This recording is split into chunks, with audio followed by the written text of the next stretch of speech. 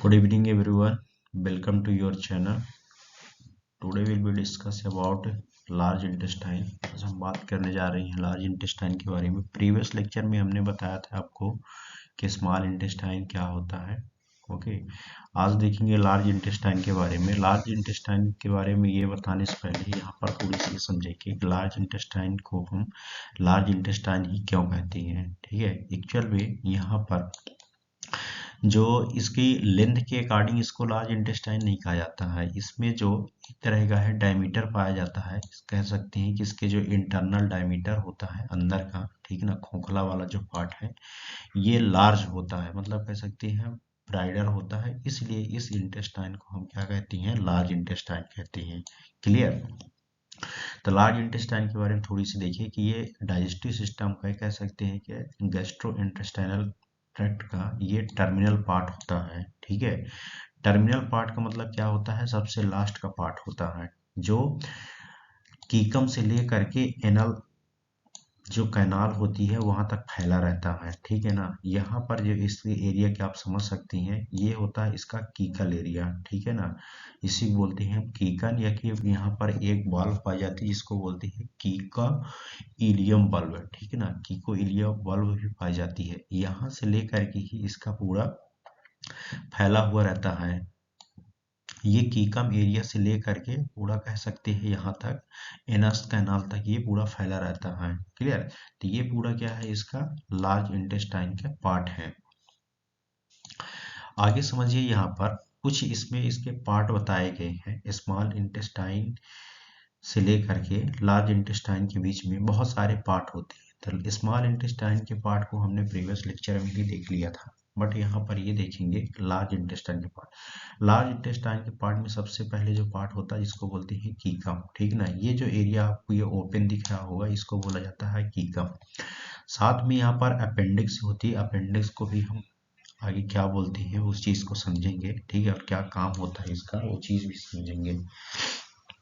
तो ये अपेंडिक्स होती है और यहाँ पर एक कोलोन पाया जाता है। ठीक है ना, एक चीज आपको बता दें, लार्ज इंटेस्टाइन को हम कोलोन भी कहते हैं, ये भी आप समझ के रखिएगा कि लार्ज इंटेस्टाइन को और क्या कहा जाता है। क्लियर।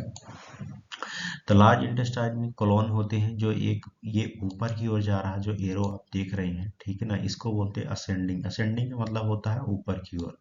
क्लियर। तो ये जो ऊपर की ओर जा रहा है इसको बोलते हैं असेंडिंग कोलोन। ठीक है, और ये जो आपको हॉरिजॉन्टली दिख रहा होगा, ठीक है, तो इसको क्या बोलते हैं हम, तो है ट्रांसवर्स कोलोन। ठीक है, सेकंड क्या होता है, ट्रांसफर कोलोन। और थर्ड यहाँ पर जो ये नीचे की ओर जा रहा है इसको बोलते हैं हम डिसेंडिंग कोलोन। क्लियर।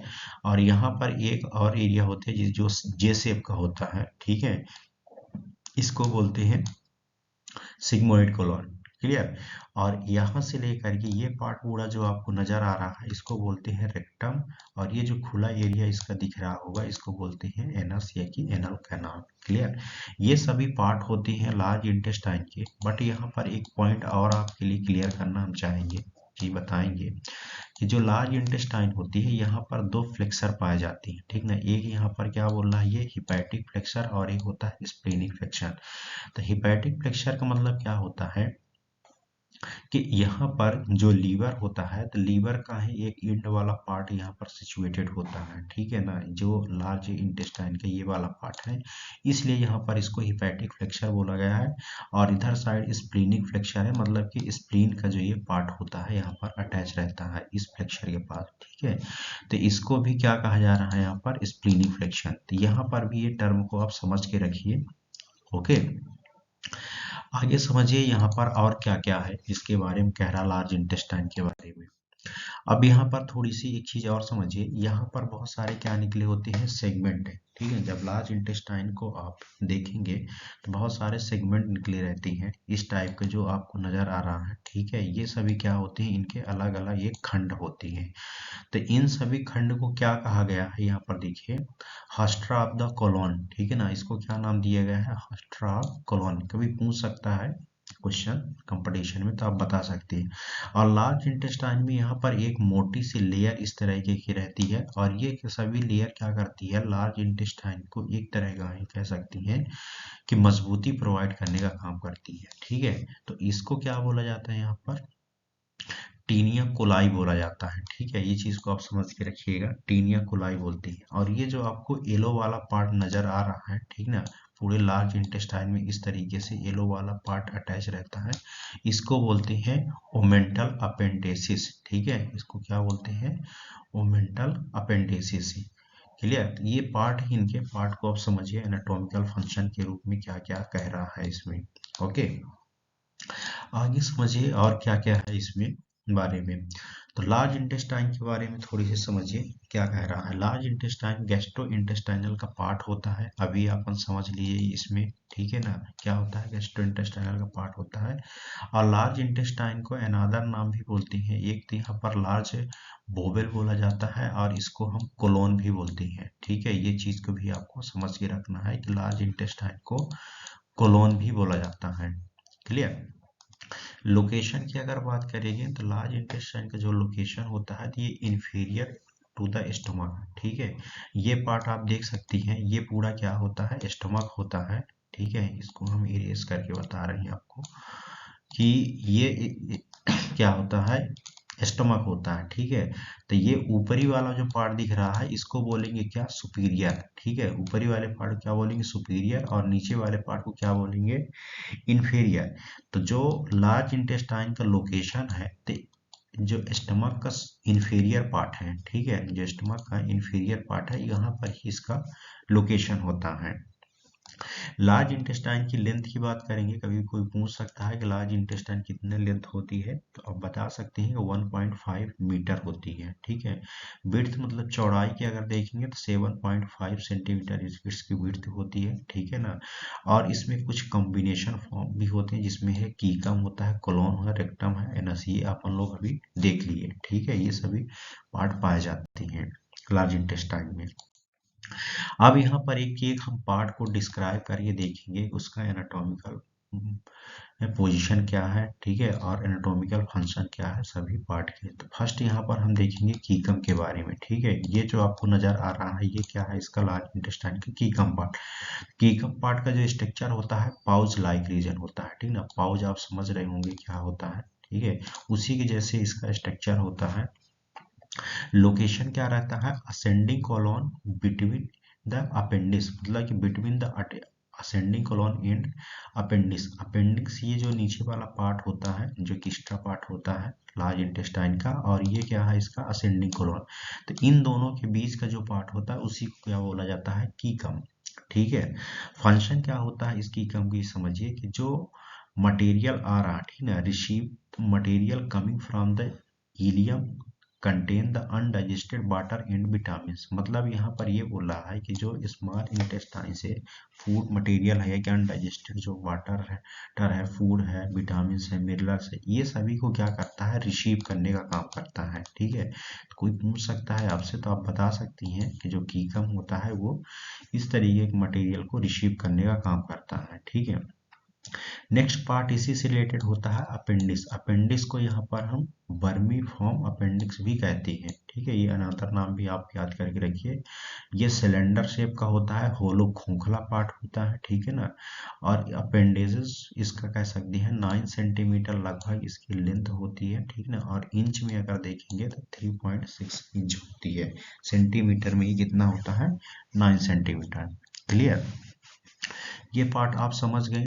यहाँ पर जो अपेंडिक्स होता है, तो अपेंडिक्स को हम अभी अभी बात की है कि इसको वर्मी फॉर्म अपेंडिक्स भी कहती हैं। ठीक है ना, सिलेंड्रिकल होलो अपेंडिसेस होता है, बट इसका मेन फंक्शन समझिए क्या कहता है कि मेन फंक्शन इसका क्या है कि store house of for the good bacteria. ठीक ना, मतलब कि जो लार्ज इंटेस्टाइन में कुछ बैक्टीरिया होती हैं, गुड बैक्टीरिया का मतलब यहाँ पर क्या होता है कि कुछ ऐसे बैक्टीरिया जो कि डाइजेशन और अब्जॉर्प्शन में हेल्प करती हैं। ठीक है, तो यहाँ पर कुछ गुड बैक्टीरिया जो होती हैं तो स्टोर होने का काम करती हैं, और यहाँ से फिर ये बैक्टीरिया रिलीज हो करके आपके लार्ज इंटेस्टाइन में आएंगे, और लार्ज इंटेस्टाइन में डाइजेशन और अब्जॉर्प्शन में हेल्प करेंगे। ये कि कह सकते हैं विटामिन B12 का प्रोडक्शन करने में भी हेल्प करती हैं। क्लियर, तो मेन फंक्शन आप याद करके रखिए कि अपेंडिक्स का कोई पूछ सकता है कि इसमें गुड बैक्टीरिया का स्टोर हाउस कहा जाता है इसको। ठीक है, कोलोन की अगर हम बात करेंगे तो कोलोन में यहाँ पर बात हो रही है तो इसके बारे में जनरल फीचर्स जानिए। कोलोन क्या है, कि कोलोन एक तरह के कह सकते हैं कि होलो ऑर्गन है, ठीक ना। कोलोन को ही लार्ज इंटेस्टाइन कहते हैं। तो होलो ऑर्गन होता है और लगभग इसकी लेंथ 5 फीट होती है, ठीक है ना। फीट में बताया है कि 5 फीट होती है।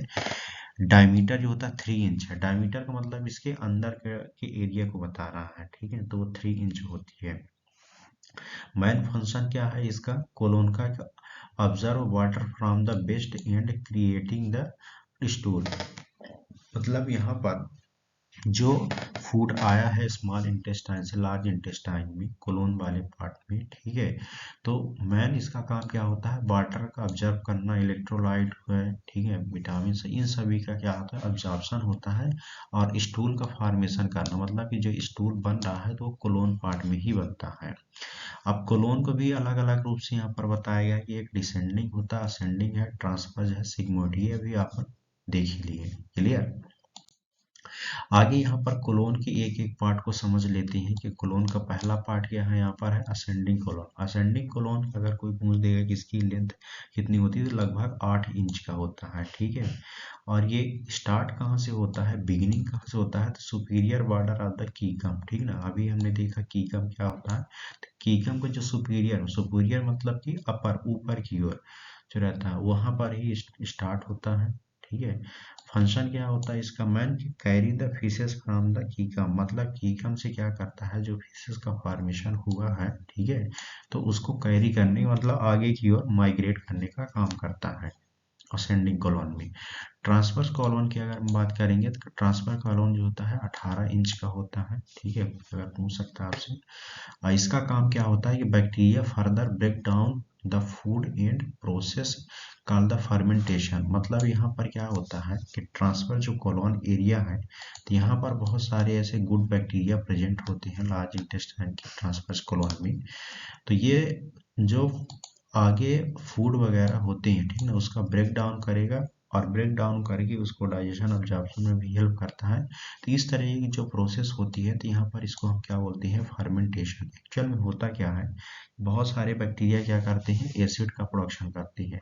अगर एसिड प्रोडक्शन वहाँ पर हो रहा है, तो फिर जो एल्कलाइन जूस होता है लार्ज इंटेस्टाइन में, तो उसको न्यूट्रलाइज भी कर देता है, ठीक है। वाटर न्यूट्रिएंट को रिमूव करता है और फिशेस को भी रिमूव करता है, ठीक है ना। ये सभी को क्या कर रहा है, जो फिशेस मटेरियल है उससे न्यूट्रिएंट और वाटर को रिमूव कर देता है और फिशेस को अलग करता है, ये ट्रांसवर्स कॉलोन के एरिया में ही। क्लियर। आगे समझिए इसका descending colon. Descending colon 12 inch का होता है, ये आप याद करके रखिए, लेस देन ही 12 इंच का होता है। इसका मेन फंक्शन क्या है कि store the remaining digested food that will with the impetus into the rectum. मतलब इसका ये है कि ये जो डाइजेस्टेड फूड है उसको स्टोर करता है, ठीक है ना, और साथ में रेक्टम का जो एरिया होता है उसको भी इम्पेटिस करके रखता है, मतलब खाली करके रखता है। क्लियर। नेक्स्ट है सेगमोइड कॉलोन। सेगमोइड कॉलोन यहाँ पर कि किस शेप का होता है, यस शेप का। भी हमने प्रीवियस में ही बताया आपको कि ये कैसा है, यस शेप में, ठीक है ना।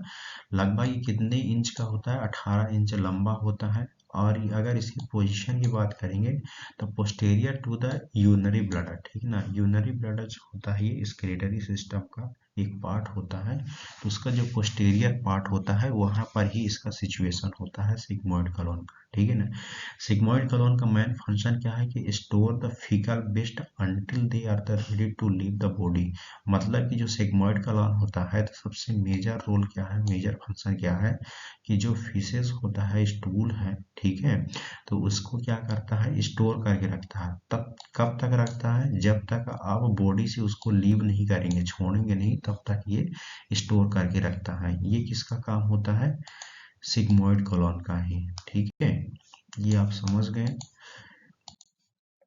यहाँ पर ये चीज बताया गया है जो अभी हमने एक्सप्लेन किया कि ये इसका एरिया को क्या कहते हैं, जो पाउच के रूप में दिख रहा है ये होता है कीकम। यहाँ पर एक बल्ब लगा रहता है जिसको हम बोलते हैं इलियोकीकल बल्ब, ठीक है। ये अपेंडिक्स होती है। ये इसका अपर की ओर जो जा रहा है इसको बोलते हैं असेंडिंग कॉलोन, ठीक है। ये इस तरह की अगर ये मुड़ गया है तो इसको बोलेंगे ट्रांसफर कॉलोन। नीचे की ओर जा रहा है इसकी वजह डिसेंडिंग कॉलोन, ठीक है। यहाँ से एस शेप में जो मुड़ गया है तो इसको बोलते हैं सिग्मोइड कॉलोन, ठीक है ना। और इस एरिया को रेक्टम और लास्ट का जो ये एरिया होता है इसको बोलते हैं एनस। ठीक है। आगे समझिए यहाँ पर रेक्टम के बारे में, ठीक ना। रेक्टम के बारे में क्या कह रहा है, रेक्टम की ये लार्ज इंटेस्टाइन का ही पार्ट होता है, लास्ट पार्ट जिसको बोलते हैं, ठीक है। लास्ट पार्ट तो जैसे एनस ही होता है, बट एनस का आधा पार्ट जो होता है वो इन्वायरमेंटली होता है और आधा पार्ट जो होता है इंटरनली होता है, क्लियर। तो लार्ज इंटेस्टाइन का ये लास्ट पार्ट होता है जो कि कंटिन्यू किससे लगा रहता है, sigmoid colon in connect to the anus, ठीक है। ये यहाँ पर एरिया जो होता है इसको बोलते हैं सिग्मोइड कोलन, तो यहाँ से लेकर के यहाँ तक फैला रहता है, इसी को बोलते हैं रेक्टम, और रेक्टम से लगा हुआ ही एनस रहता है। तो ये सिग्मोइड कोलन और एनस दोनों के बीच में कनेक्ट रहता है। लेंथ इसकी कितनी होती है, 10 to 15 सेंटीमीटर। कभी पूछ सकता है क्वेश्चन कि रेक्टम की कितनी लेंथ होती है, 10 to 15 सेंटीमीटर, क्लियर। इसका मेन फंक्शन क्या होता है कि faeces are the temporary store air and rejected through the anus. मतलब इसका ये है कि जो टेम्परेरी स्टोर करने का स्टूल है, ठीक है, फिशेस है, वो उसको काम स्टोर करके रखता है, ठीक है। अगर एनस से बाहर निकालना है तो ये रिजेक्टेड करने का मतलब कि यहाँ से क्या करेगा, माइग्रेट करेगा, तो ये एनस के थ्रू बाहर भी निकलेगा, ठीक है। तो ये किसका काम है, यहाँ पर रेक्टम का काम है। आगे यहाँ पर ये देखेंगे, ठीक है, कि कुछ इसके हिस्टोलॉजिकल स्ट्रक्चर भी होती हैं। ये कह सकती हैं कि भी मल्टी सेकेंड ईयर के सिलेबस के अकॉर्डिंग भी रहता है पढ़ने के लिए। तो इसमें देख लेती हैं कि लार्ज इंटेस्टाइन में हिस्टोलॉजिकल स्ट्रक्चर भी होती हैं कुछ, उसको भी समझते हैं, क्लियर। तो यहाँ पर 4 लेयर से मिल करके जो लार्ज इंटेस्टाइन की वॉल होती, दीवार होती, 4 लेयर से मिलकर बनी होती है, ठीक है। पहला यहाँ पर है सीरस लेयर, ठीक है। सेकंड यहाँ पर है म्यूकस लेयर, और थर्ड यहाँ पर सब म्यूकस, और फोर्थ क्या है, म्यूकस लेयर, क्लियर। तो ये जो आप बाहर वाली लेयर दिख रही है, ये इसको बोलते हैं सीरस लेयर या कि सिरोसा लेयर, ठीक है। फिर इसके और अंदर वाली एक लेयर होती है जिसको क्या बोलते हैं हम, मस्कुलर लेयर, ठीक है ना। और मस्कुलर लेयर में भी 2 लेयर होती है, एक इनर सर्कुलर लेयर या कि आउटर लॉन्गिट्यूडिनल लेयर होती है, ठीक है। फिर इसके अंदर और एक लेयर होती है जिसको बोलते हैं हम सब म्यूकस लेयर, और उसके अंदर एक और लेयर होती है जिसको बोलते हैं म्यूकोसा लेयर। और म्यूकोसा लेयर जो होती है इंटरनली होती है, इसको बोलते हैं, ठीक है। ये जो खोखला वाला पार्ट दिख रहा होगा आपको, ये क्या है, इसका ल्यूमेन है, क्लियर। आगे समझिए, यहाँ पर एक एक करके एक्सप्लेन कर लेते हैं। सीरस जो लेयर होती है लार्ज इंटेस्टाइन के, सीरस लेयर पेरिटोनियम की बनी होती है, ठीक है ना। लार्ज इंटेस्टाइन की जो सीरस लेयर है किसकी बनी होती है, पेरिटोनियम लेयर की बनी होती है, आउटर पार्ट होता है इसका। मस्कुलर लेयर जो होती है लार्ज इंटेस्टाइन की, मस्कुलर लेयर या कि स्मूथ लेयर से मिलकर के बनी होती है। और जो ये स्मूथ मसल्स होती है इसको भी 2 टाइप से बताया गया है, एक होती है सर्कुलर और एक होती है लॉन्गिट्यूडिनल। अभी हमने स्ट्रक्चर में देख लिया। सब म्यूकस जो लेयर होती है, ये सब म्यूकस जो लेयर होती है, यहाँ पर जो लार्ज इंटेस्टाइन है, तो लार्ज इंटेस्टाइन में सब म्यूकस का कोई भी रोल प्ले नहीं होता है, ठीक है ना। इसलिए यहाँ पर इसकी लेयर नहीं पाई जाती है, ठीक है ना। सब म्यूकस लेयर की कह सकते हैं, मतलब कि अगर पाई भी जाती है तो बहुत ही माइन्यूट क्वांटिटी में रहती है, बहुत ही ज़्यादा माइन्यूट क्वांटिटी में रहती है। म्यूकस लेयर लार्ज इंटेस्टाइन की म्यूकस लेयर पर सिचुएटेड होता है, और इसी पर जो होता है एक ग्लैंड होती है जिसको बोलते हैं इंटेस्टाइनल ग्लैंड, और उस ग्लैंड को हम क्रिप्ट ऑफ द लिबरकंस ग्लैंड भी कहते हैं, ठीक है ना। अब एक चीज अब यहाँ पर आपको यह बताना चाहिए कि लार्ज इंटेस्टाइन में बिलाई नहीं प्रेजेंट होती है, ठीक है, बिलाई एब्सेंट होती है। जैसे स्मॉल इंटेस्टाइन में बिलाई प्रेजेंट होती है, उस तरह लार्ज इंटेस्टाइन में बिलाई नहीं प्रेजेंट होती है, ठीक है।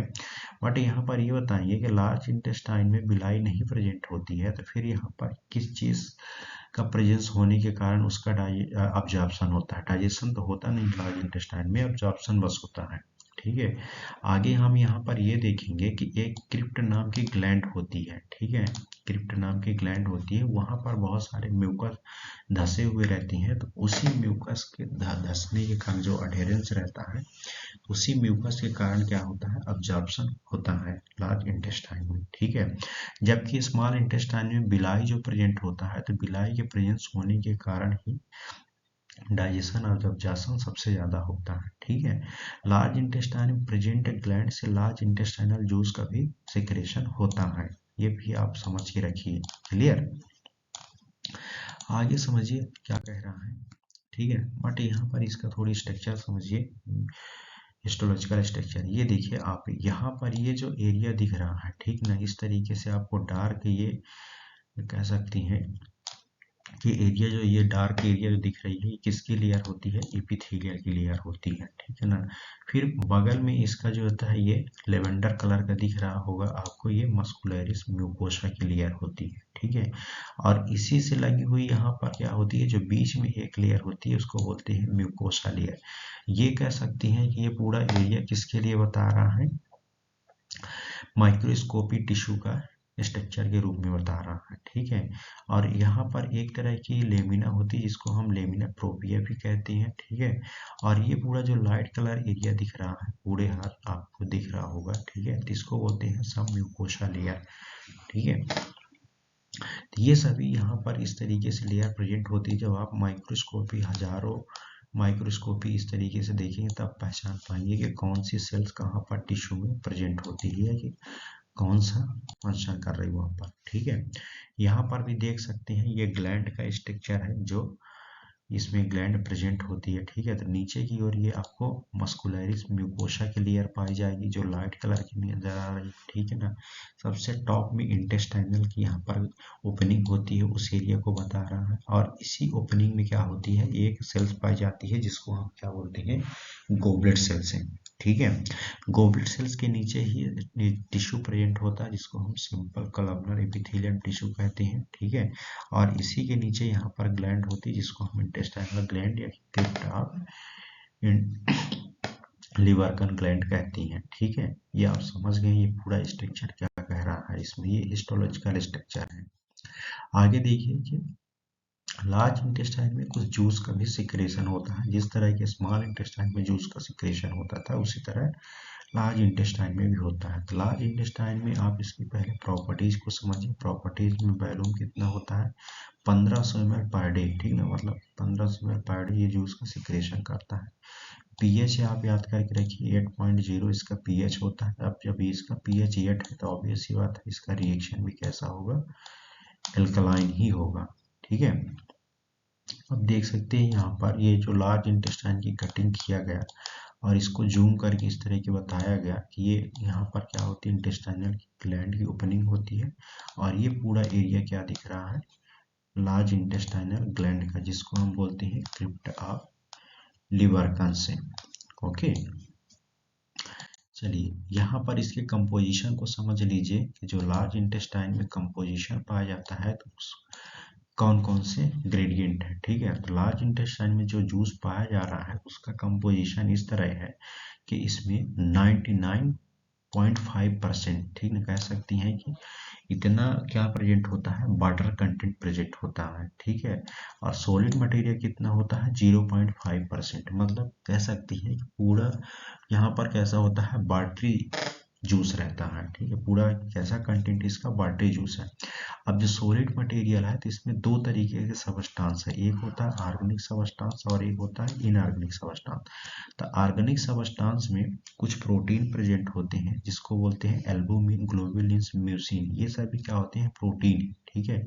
यूरिया क्या होता है, ये बेस्ट प्रोडक्ट होता है। और debris of the epithelium cells, मतलब कि सेल्स की जो एपिथेलियल सेल्स डेब्रिस मतलब कि डेथ हो जाती है, उसकी भी वहां पर प्रेजेंसी रहती है, क्लियर।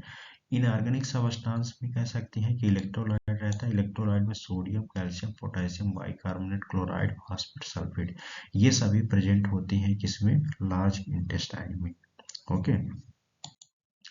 अब यहाँ पर हम लार्ज इंटेस्टाइन के फंक्शन को समझ लेते हैं कि अब लार्ज इंटेस्टाइन कार्य कैसे कर रहा है। देखिए यहाँ पर मुख्य रूप से 5 इसके फंक्शन बताए गए हैं। एक होता है ऑब्जॉर्प्शन का फंक्शन, स्टूल का फॉर्मेशन करना, ठीक ना, स्क्रेटरी फंक्शन होता है, सिक्रेटरी फंक्शन है, और कह सकते हैं सिंथेटिक फंक्शन। 5 तरीके के फंक्शन को यहाँ पर एक्सप्लेन करके रखा गया है, ओके।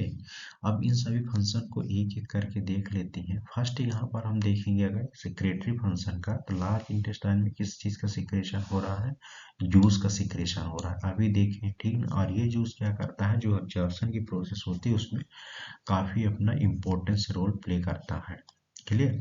सिंथेटिक फंक्शन की बात करेंगे तो लार्ज इंटेस्टाइन में बहुत सारे बैक्टीरियल फ्लोरा प्रेजेंट होते हैं जो कि विटामिन B12, ठीक ना, विटामिन के और फोलिक एसिड का सिंथेसिस करने का काम करते हैं। क्लियर। ऑब्जॉर्प्शन की अगर बात करेंगे तो यहाँ पर सबसे ज़्यादा लार्ज इंटेस्टाइन में ऑब्जॉर्प्शन होता है कई सबस्टांस का है, जैसे वाटर है, ग्लूकोज, इलेक्ट्रोलाइट, अल्कोहल है, इन सभी का है ऑब्जॉर्प्शन परफॉर्म होता है लार्ज इंटेस्टाइन में। स्टूल का फॉर्मेशन कैसे हो रहा है कि लार्ज इंटेस्टाइन सबस्टांस का अवशोषण करने के बाद क्या करती है, वेस्ट प्रोडक्ट को फीसेस में कन्वर्ट कर देती है। फीसेस दैट मीन स्टूल, ठीक है ना। इस तरीके से होता है। एक्सक्रीटरी फंक्शन का मतलब क्या है कि स्टूल का तो एक्सक्रीशन हो रहा, साथ में ये होता है कि अगर कभी कभार आप हैवी मेटल खा लिए हैं, ठीक है ना, मरकरी, लेड, बिस्मिथ, इन सभी अगर किसी कारण बस आप इनटेक किए हैं तो ये लार्ज इंटेस्टाइन क्या करती है, इनका डाइजेशन एब्जॉर्प्शन कुछ नहीं करती, डायरेक्ट इनको बाहर एलिमिनेट करने का भी काम करती है, मतलब कि एक्सक्रीशन का भी काम करती है लार्ज इंटेस्टाइन। ओके, तो it was all about today lecture.